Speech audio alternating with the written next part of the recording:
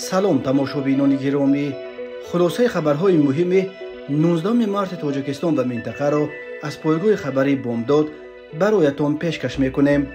شروع میکنیم از یک نگاه کوتاه به سرخط خبر مهم روز در این برنامه. لطکوب دانشجویان تاجیک و همسبقهایش برای نمازخوانی در هندوستان. حرکت مسافر پرواز مسکو کلوب در نیم راه بازگشت به وطن. بازداشت یک مسئول بانکمات حصار و شریک او برای گرفتن پوره. در روزهای عید نوروز باران میبارد. در دوشنبه جشن نوروز را به قفو انداختند. و اکنون تفصیلات خبرها. پلیس جنایی شهر احمدآباد، بزرگترین شهر ایالات گوجرات در غرب هندوستان خبر داد که شام شنبه 16 مارس سال 2024 در یک خوابگاه دانشگاه گوجرات در احمدآباد یک گروه دانشجویان مسلمان خارجی برای آنکه در ماه برای مسلمانان مقدس رمضان در خوابگاه نماز می‌خواندند هدف حمله قرار گرفتند. دانشجویانی که از جانب یک گروه بزرگ عبارت از 25 نفر در زمینه بدبینی دینی لطکوب شدند از تاجیکستان، ازبکستان، افغانستان، شریلانکا و آفریقای جنوبی برای تحصیل به هندوستان آمده بودند. 2 نفر از دانشجویان از شریلانکا و تاجیکستان در پی حمله در بیمارستان بستری کرده شدند. نام دانشجویان لطکوب شده نشر نشده است. کمیسر پلیس احمدآباد در شرح این حادثه گفت یگان 25 نفر وارد خوابگاه شده علیه نمازخوانان دانشجوی خارجی اعتراض کردند و طلب گذاشتند که آنها نماز خود را رفته در مسجد بخوانند، نه در خوابگاه. در این زمینه بین آنها مناقشه به عمل آمده است و حملگران به دانشجویان خارجی در افتاده آنها را سنگباران کردند. حملگران حجره این دانشجویان را نیز تورمار کردند. بنا به خبرها حملگران شعارهای ضد دین اسلام زده بدبینی خود را نسبت به مسلمانان پنهان نمی‌کردند. پلیس جنایی احمدآباد خبر داد که الکی 2 نفر را در رابطه با این حمله گروهی بالای دانشجویان مسلمان را دستگیر کردند. پلیس احمدآباد گفت تلاش‌ها برای معاین کردن شخصیت و جستجوی حملگران دیگر ادامه دارد. در عموم در دانشگاه گوجرات در احمدآباد حدود 300 دانشجوی خارجی از کشورهای چون تاجیکستان، افغانستان، شریلانکا و از کشورهای آفریقایی تحصیل می‌کنند. کمیسر پلیس احمدآباد ملک گفت حالا وضع زیر نظارت گرفته شده است و به دانشجویان خارجی یگان خطری تهدید نمی‌کند. سخنگوی وزارت خارجه هندوستان نیز درباره قضیه احمدآباد اظهار داد. او گفت حکومت ایالات نسبت به گناهکاران چاره‌های شدید می‌اندیشد. در نتیجه مناقشه 2 دانشجوی خارجی آسیب دیدند. یکی از آنها را بعد رسانیدن یوره طبی از بیمارستان جواب دادند. وزارت خارجه با حکومت گوجرات در تماس است. بنا به معلومات وزارت معارف و علم تاجیکستان سال 2020 در دانشگاه‌های هندوستان حدود 150 دانشجو از تاجیکستان تحصیل می‌کنند. هندوستان از جمله کشورهایی است که با سطح بلند سوء تعامل نسبت به مسلمانان نام برآورده است. این هم در حالی است که شماره مسلمانان در این کشور بیش از 200 میلیون بوده. آنها 14.4% اهالی هندوستان را تشکیل میدهند. احساسات اسلام بدبینی و حمله ها به ضد مسلمانان در هندوستان در حد سروزیر کنونی این کشور نریندرا مودی اوج بیشتر گرفت. مودی از سال 2014 رئیس حکومت است و حزب او بهاراتیا جنتا با نظرهای آشکارای ضد مسلمانان و ملتگرایانه‌شان نام برآوردند. از جمله چند سال پیش با دستور مودی مسجد قدیمی هنوز در عصر 16 بنیاد شده را که با نام مسجد بابور معروف بود ویران کرده به جای آن یک مبدأ دین هندویی ساختند. شام 18 مارس سال 2024 یک مسافر پرواز مسکو کلوب شرکت روسی هواپیمایی اورالسک آویالینی در نیم راه جان داده است. در این باره تلگرام کانال آویاترشینا که حادثه‌های رخ داده در هواپیماها و فرودگاه‌ها را پیگیری می‌کند خبر داد. بنا به اطلاع این کانال هواپیمای تمغه ایروبوس A321 شام 18 مارس با پرواز از فرودگاه دمدید و شهر مسکو به قصد فرودگاه شهر کولوب در جنوب شرق تاجیکستان به پرواز خاست. در این هواپیما 92 مسافر سفر می‌کردند، اما در جریان پرواز احوال یکی از مسافران بد شده است. میهمانداران هواپیما تلاش کردند تا به او کمک طبی برسانند ولی احوال مسافر بد شده است. در این باره به فرمانده هواپیما خبر دادند و او تصمیم گرفته است که به طور اضطراری در فرودگاه کروموچ شهر سمارا فرود بیاید. برابری به فرودگاه کرماش نشستن هواپیما، طبیبان یاری تاجری به کمک مسافر پرواز مسکو کولوب شتافتند، ولی متاسفانه نتوانستند که او را از چنگ اجل نجات بدهند.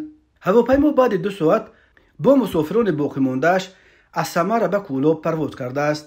درباره شخصیت و سن سال مسافر ففتیده معلومات داده نشده است. این هم معلوم نیست که آیا چه بیماری سبب مرگ این مسافر در نیمرو شد. در وقت‌های آخر درباره به علت بد شدن احوال مسافرانشان در نیمرو در فرودگاه‌ها به طور اضطراری نشستن هواپیماهایی که از روسیه به تاجیکستان پرواز می‌کردند چندین خبر به دست رسیده بود، ولی این نخستین مورد است که یک مسافر در نیمرو از روسیه به تاجیکستان جان خود را از دست می‌دهد. هر سال بیش از 1.5 میلیون نفر یا تقریباً نصف اهالی قابل کار تاجیکستان برای پیدا کردن روزی خانواده‌های خود به خارج و خصوصاً به روسیه به مهاجرت کاری می‌روند. ولی هر سال در روسیه به دلایل‌های مختلف تا 1000 نفر از مهاجران تاجیک می‌میرند. فلاکت‌ها در جای کار و جای زیست و بیماری‌ها و صدمه‌های نقلیاتی از علت‌های عمده مرگ مهاجران تاجیک در روسیه نام برده می‌شود. به حساب میانه هر روز مهاجرت جان توسعه مهاجر تاجیک را می‌گیرد. اگنچه مبارزه با کروپسیای تاجیکستان روز 19 مارت سال 2024 از آشکار شدن باز یک حالت طلب پول برای بلیط حربی خبر داد. بنا به اطلاع مرکز مطبوعات اگنتی روز 14 مارت سال 2024 شهروند امیروف با عریضه به عنوان اگنتی نظارت دولتی مالیوی و مبارزه با کروپسیای جمهوری تاجیکستان مراجعه کرده خواهش کرده است که تا نسبت سردار زیرشعبه مالیه و خواجگیداری کمیسریات حربی شهر ایسار کریموف و سلیموف چاره قانونی اندیشیده شود. به گفته دعواگر کارمند کمیسریات کریموف و سلیموف از او برای بروی خط دعوت شوندگان الترناتیوی نامنویس کردن غیر قانونی مبلغ 17,000 سومونی طلب نموده، از این مبلغ آخر ماه فوریه سال جاری مبلغ 8,000 سومونی گرفته، حال آوردن باقی مانده مبلغ 9,000 سومونی را طلب کرده استادند. در این زمینه خود امان روز از حساب کارمندان مقامات گروه اپراتیوی تأسیس داده شده با اندیشیدن چاره‌های ضروری سلیموف بعد از شهروند امیروف گرفتن مبلغ 9,000 سومونی در جای حادثه دستگیر کرده شد. مبلغ مذکور از او یافته گرفته شد. گفته می شود در خبر آقای دولت مذکور نسبت به کریموف و سلیموف بر اساس ماده 247 قسم 2 بندهای ب و گ کودکس جنایتی جمهوری تاجیکستان با اتهام قلابی از سوی گروه شخصان با سوء استفاده از منصب که باعث به جبر دیده رسانیدن ضرر جدی شده است پرونده جنایتی آغاز گردیده تفتیشات پیشکی ادامه دارد. خود کریموف و سلیموف برای شرح مستقیم قضیه دسترس نیستند، ولی به آنها بر اساس قسم 2 ماده 247 جریمه و یا از 2 تا 5 سال زندان تهدید میکند. کمیسریات‌های حربی از نهادهای اعظم فساد زده در تاجیکستان به شمار میروند. فساد در این اداره ها به خصوص در دوام موسم‌های بهاری و تیرمایی دعوت به صف قوه‌های مسلح اوج میگیرد. موسم بهاری از 1 اپریل تا 31 مای و موسم تیرمایی از 1 اکتبر تا 30 نوامبر دوام میکند. از سال 2021 در تاجیکستان امکان خدمت الترناتیوی نیز فراهم آورده شد. بر اساس آن داوطلبانی که میل ادای 2 سال خدمت حربی حتمی را ندارند میتوانند با پرداخت مبلغ برابر به 750 نشان دهنده برای صبح‌ها همگی 1 ماه به طرز اکسپرس خدمت حربی را انجام داده قانونا صاحب بلیط حربی شوند. نرخ خدمت الترناتیوی امساله 54,000 سومونی یا نزدیک $5,000 را تشکیل می‌دهد. 1 سال قبل نرخ خدمت الترناتیوی قریب 2 مرتبه ارزان‌تر بود. تماشابینان عزیز یادآور می‌شویم خلاصه مهمترین اخبار تاجیکستان را از پایگاه خبری بامداد تماشا دارید. برنامه را ادامه می‌دهیم.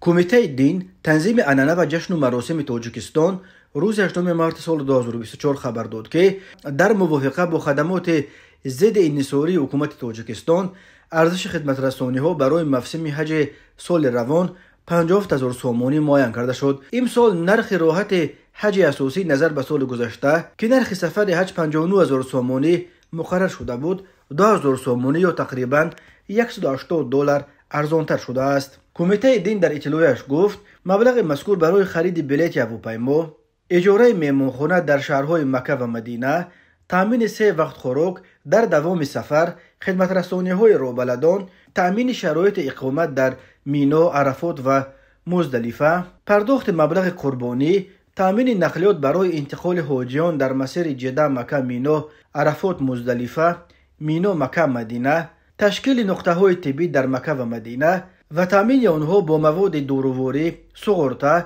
پرداخت باج دولتی، تأمین حاجیان با کتاب درباره مناسک حج و تهیه بیج که استفاده می شود. کمیته دین گفت داوطلبان سفر حج طبق رویخط مبلغ خود را به طور غیر نقدی توسط فیلال‌های اوریون بانک پرداخت کرده می توانند. سفر زایران به حج در نیمه دوم ماه می در نظر داشته شده است. کمیته دین به شهروندان خاطر رسان کرد که طبق ترتیب مقرر نموده شایگری عربستان سعودی، زایران برای ادای مناسک حج تنها توسط نهادهای دولتی وکالتدار کشورها می توانند سفر کنند. این اشاره بیهوده نیست، چون که بنا به مشاهده کمیته دین امروزها شرکت‌های سیاحی و افراد علاهده از کشورهای دیگر با تبلیغات گسترده توسط شبکه‌های اجتماعی مردم را برای ادای مراسم حج در سال روان دعوت نموده ایستادند.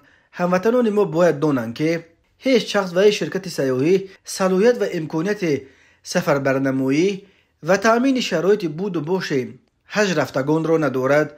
تبلیغات چنین افراد تنها با هدف تخلف و فریب ساکنان برای مانده شده است. گذشته از این طبق ترتیب نوی جاری نموده شایگری عربستان سعودی به افرادی که با راه‌های غیر رسمی برای مناسک حج سفر می‌کنند جریمه به اندازه 50,000 ریال یا 13,300 دلار آمریکایی، حبس به مدت 6 ماه، این چنین اخراج با محرومیت از حقوق واردشوی به شایگری عربستان سعودی به مدت 10 سال تهدید می‌کند. با نظر داشت این همه کمیته دین از ساکنان خواسته است که به تبلیغات بر دروغ افراد منفعت‌خواه داده نشوند تا به دام فریب آنها نافتند. این هشدار در حالی است که شماره تورفت بیشتر ساکنان تاجیکستان به دلیل نرخ‌های بلند شرکت‌های وطنی و کمیته دین برای سفر حج رو به شرکت‌های خارجی آورده ایستادند. برای مثال در یک سال آخر به حساب مقامات 63,000 ساکن تاجیکستان به حج عمره رفتند و اکثرا توسط شرکت‌های ازبکستان که نرخشان نظر به شرکت‌های تاجیکستان 2 مرتبه ارزان‌تر است. حج یکی از فرض‌های دینی اسلام بوده. حج اقل یک بار زیارت حج برای هر مسلمانی که قدرت و تواناییش از جمله قابلیت مالیویش را دارد فرض می باشد. هر سال از تاجیکستان بیش از 6,000 نفر به سفر حج می روند. عربستان سعودی امسال برای تاجیکستان نزدیک 7,000 کوتا سفر حج را جدا کرده است. این به استثنای هزاران نفر است که هر سال برای ادای حج عمره یا حج خرد به مکه و مدینه می روند. کمیته ولایت‌های فوق‌العاده تاجیکستان با تکیه به معلومات اگنتی هواشناسی خبر داد که روزهای 21-22 مارس سال 2024 یعنی در روزهای اساسی عید نوروز در قلمرو ناحیه‌های تابع مرکز ولایت ختلان و ناحیه‌های غربی ولایت مختار کوهستان بدخشان باریدن باران‌های شدید پیش بینی کرده شده. حرارت هوا در ناحیه‌های کوهستانی جمهوری 7-9 درجه پایین‌تر خواهد فرآمد. در ناحیه‌های کوهستان و کوهدامن تابع مرکز و ولایت ختلان در این روزها خطر فرو ریختن سیل‌ها نیز زیاد بوده. از 19 تا 23 مارس در ناحیه‌های کوهستان و کوهدامن تابع مرکز، راه‌های دوشنبه، خوجند، چناق و ناحیه‌های غربی ولایت مختار کوهستان بدخشان خطر بلند فرو ریختن ترمه‌ها باقی می‌ماند. کمیته ولایت‌های فوق‌العاده به این دلیل از ساکنان خواسته است که تمام چاره‌های بی‌خطری را رعایت کرده در این روزها از رفتن به مناطق خطرناک کوهستان برای جمع‌آوری گیاها و هیزم، همچنین از شکار ماهیداری و چارواچرانی در کوهستان و کوهدامن خودداری کنند. از اهالی همچنین خواسته شده است که به خاطر پیشگیری از عاقبت‌های سیل جوی‌های سیل پرتا را از پرتا و خس و خاشاک تازه کنند. شهرداری دوشنبه خبر داد که از بس که بنا به پیشبینی هواشناسان روزهای 21 و 22 مارس در پایتخت هوای تغییریابنده و باریدن باران شدید در نظر داشته شده است، شهرداری زمان برگزاری چهاربینی‌های نوروزی را کمی عقب می‌اندازد. به این ترتیب برنامه‌های فرهنگی نوروزی ناحیه پایتخت سحنه 23 مارس در باغ فرهنگی فراغتی شهر و کرنوال نوروزی سحنه 24 مارس در نیمه دوم روز در میدان استقلال در مرکز شهر دوشنبه برگزار می‌گردد. 18 مارس سال 2024 تخمینا ساعت 14:30 راننده ماشین تمغه کماز бобомуродов Нажмиддин соли тавлудаш 1971 сокини шаҳри Душанбе ҳангоми ҳаракат аз самти кӯчаи Мирзобек ба самти кӯчаи Обшорон дар чораҳаи кӯчаҳои Айнӣ, Теппаҳои Шарқӣ аз ӯҳдаи идораи воситаи нақлиёт набаромада, пиёдагард Подгорский Виктор соли тавлудаш 1953 сокини шаҳри Исоро пахш намудааст.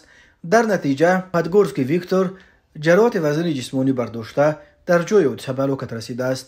18 марти соли 2024 соати 11:50 ронандаи мошини тамғаи Toyota Ҳафизов Туғрал соли тавлудаш 1983 сокини ноҳияи Машчо ҳангоми ҳаракат бо шоҳроҳи Душанбеи Варзоб дар даромадгоҳи деҳаи Шабода аз ӯҳдаи идораи воситаи нақлиёт набаромада, пиёдагарди ноболиғ Ҳалимов Абдуллоҳ соли тавлудаш 2015 сокини шаҳри Душанберо пахш намудааст. дар натиҷа пиёдагарди ноболиғ аз зарбаи бардоштааш ба самти ҳаракати воситаи нақлиёти муқобила меафтад ва мошини тамғаи Toyota таҳти идораи ронанда Зикриёев Одил соли тавлудаш 1991 сокини шаҳри Истарафшан ки бо роҳи мошингарди Варзоб Душанбе ҳаракат мекард, ноболиғи дар қисмати мошингарди роҳ афтодаро дубора пахш кардааст. дар натиҷа ноболиғ Ҳалимов ҷароҳати вазнини ҷисмонӣ бардошта дар ҷои ҳодиса ба ҳалокат расидааст. оиди ин ҳодисаҳо таҳқиқот идома дорад. ва шӯъбаи вазорати корҳои дохилаи ДОД дар ноҳияи Фирдавсӣ бо ариза марди 36-солаи сокини шаҳри Кӯлоб раҳбари ширкати МФ Сохтмон муроҷиат намудааст ки аввалҳои соли 2023 марди 26-солаи сокини шаҳри Душанбе бо роҳи фереб ба бовариаш даромада як хонаи истиқоматиро дар масоҳати 125 метри мураббаъ аз ширкати сохтмонии МС Сохтмон ба маблағи $140,000 амрикоӣ нарх гузорӣ карда гирифта ваъда додааст ки пулашро медиҳад. инчунин гумонбаршаванда такроран бо роҳи фереб ба боварии ҷабр дида даромада аз ӯ боз як хонаи истиқоматӣ дар масоҳати 54 метри мураббаъ ба маблағи $27,000 амрикоиро нархгузорӣ карда гирифта то ҳол пули ин хонаро ҳам надодааст. гумонбаршаванда ба ҷабрдида дар умум ба маблағи $1,680,000 сомонӣ зарари калони моддӣ расонидааст. аз рӯи ҳодисаи мазкур тафтишот идома дорад. тамошобинони азизу гиромӣ, ин буд муруре ба хулосаи чанд хабари муҳими имрӯзи Тоҷикистон. хабару гузоришҳои бештар аз Тоҷикистон ва дар бораи Тоҷикистону атрофи онро дар сомонаи пойгоҳи хабари Бомдод дар ин нишона пайгирӣ намоед: www.bomdod.com. хуш бошед.